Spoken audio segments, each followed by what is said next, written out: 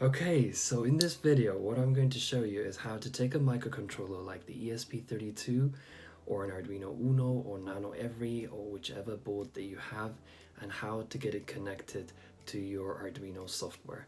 And I'll also show you how to send and receive information between them. So let's check out the video. So to start off with, what we need to do is really simple. I'm putting basically my ESP32, in this case, onto a breadboard. The reason I like to do that is because I don't want the pins to touch the table, and also the cable, it tends to move around a little bit. And as you can see, by just plugging into the USB, you have the LED light up, so that tells you that everything is working. The next thing we do is if we go to our favorite browser like Internet Explorer or Safari, Chrome, whatever you're into, and if we type the words Arduino software, what we get here is basically this particular link. So if we click on that, we can basically download the software for Windows if you're a Windows user, Linux, or in my case Mac.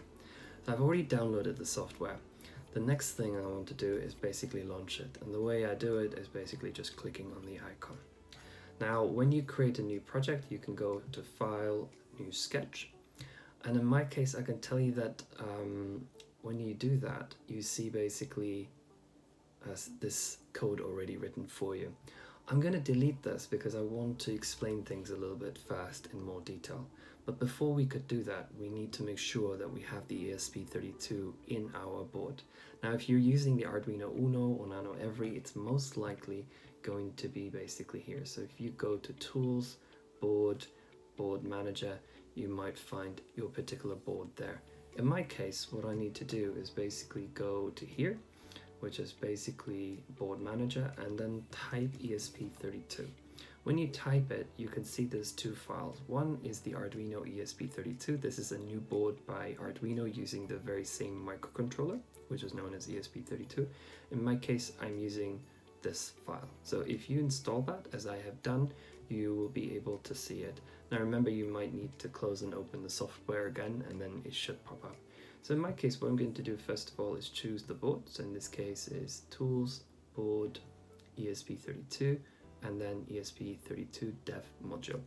The other thing I also need to do is, in this case, is tell the software, the Arduino software, which port I'm using. What that means is basically which USB I've plugged in this case. So again, we go to Tools, Port, and then you choose your USB port. Now, if you have an Arduino Uno, I found that actually they tend to automatically configure themselves. And what that means is that they automatically know that they're an Arduino Uno board and that it's connected to this particular port. However, with ESP or certain other boards, unfortunately, you have to do that. So now we are linked basically. So we want to write certain code, and the first thing you need to know is basically syntax. When you hear that word, what that means is if I say my name is Omar, everybody understands what that means. However, if I say name Omar is my, that can confuse most of us because like, you don't make sense. Why is that? And the reason being is because we all have to talk to each other in a certain way that is grammatically correct. The same is true for computers. You need to basically have the same grammatical structure, as they like to call it, syntax. So the syntax for calling up a function, which I will describe in later videos, is as follows. So you write basically void. Let's click on the right screen, click void, open close bracket, and then curly brackets, and then automatically already writes the close bracket. In my case, I'm going to press enter to create a bit of space. Now here, what I want to talk about is basically two types of functions that we need to have as standard. And before we do that, I need to explain the fundamentals of how these microcontrollers work. And the way it works, and this is a very simplified way of looking at it, is that when you provide power to them, they basically start up and they basically run the lines of code that you have in your sketch. So they go through line 1, 2, 3, 4, 5, 7, 8, and each time they go through a line, they actually execute whatever is written there. What it means is it carries out the instructions that you have said. Now, in our case, as you can see, the code would run out basically after line 8, and there's really not much done. So the first thing we need to do is call up a certain function that's already been written up by the Arduino platform, which is called setup. Now, if you're going, well, Omar, how do I supposed to know this off the top of my head? And the answer is really simple. If you click onto if we go back to our browser and we type Arduino reference, which is right here, if we click that, there's the link. If we click on that, you can see this amazing language reference file, page. And you can see it's actually divided into functions, variables, and structures. Now, under functions, we have some, but we are looking for structure in this case. And if we click on setup, we can see what it is. And here it's saying that this function called setup is basically done only at the start of the program. And what that means is that it runs whatever is written between those two semicolons, or this curly bracket, sorry, I apologize, only once. Now, here you can see that they've written the actual code, and in this case what we're really after is this particular line of code, serial.begin.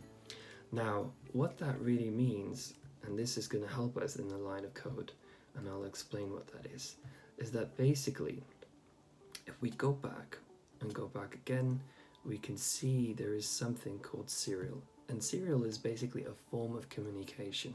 It's a form of communication that allows us to send information from our laptop or desktop, whatever you have, onto the microcontroller. And we can also see what the microcontroller is producing as an output. If we go down to the bottom, you can see here there is one particular function called begin. And when you write serial.begin, which is the syntax, so that's the correct way of doing it, and then defining the speed in baud rate, which I'll explain a little bit more in detail later, then basically what it's saying to the microcontroller, hey, I want you to use the serial function basically. And I want you to begin it, I want you to start it, and I want you to initialize it at this particular speed. So I want you to receive and send data, or sorry, should I say receive data at that particular rate. Now, if we scroll down furthermore, you can see an example of how we can use it. And here we can see this thing called, right here, serial print line hello computer. So let's copy that over. Now, before we could copy it into here, I need to actually explain one more thing for you. And what it is this function called loop. For now, I'm just going to write it down. And I'm going to see if by any chance, oh, I didn't copy that properly, if serial print line hello computer works. And basically what serial print line the way it works is really simple, is that whatever you write between those two commas, those two, is going to be basically printed out to us. It's going to be sent through the serial monitor or serial communication line to us. I'm going to try and see if this actually works. So let's try that first. So you can see here when you click this button, which is the upload button, it does a few things for us. First of all, it verifies the software, it compiles it, and it also uploads it. And here you can see the progress of the upload. So you can see it 11, 22, 34, 33, 44, now we're 55, barely catching up here. And you can see not long after that, it actually starts to really work. So now here it says that press the hard reset. Now before we're going to do that is we're going to press on this icon here, which is the serial monitor.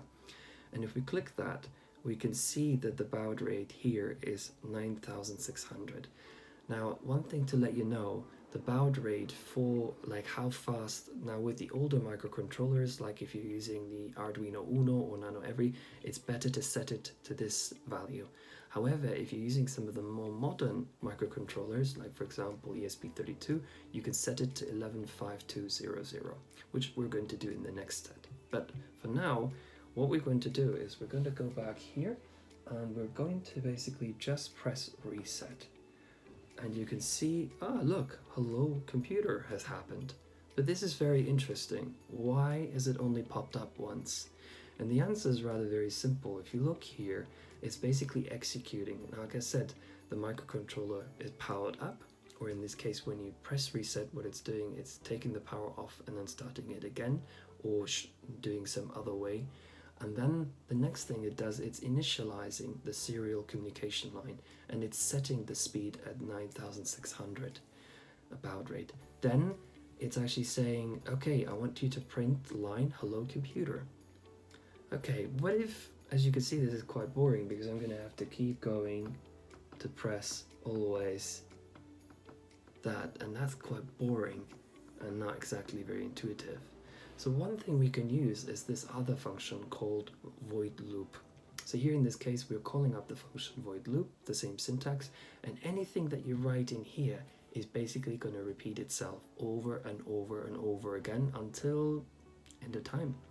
So what we're going to do is we're going to take this here, we're going to remove it, and we're basically going to copy it in here. I'm going to create a little bit of space just to make it a little bit more visually clear.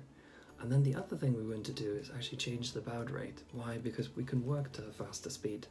Now, one thing I need to tell you is that when you do this, one thing which I forgot to tell you is that make sure your upload speed is set to 115200. Don't, by default, sometimes it's to this value and that won't work. You'll get an error, so please set it to that.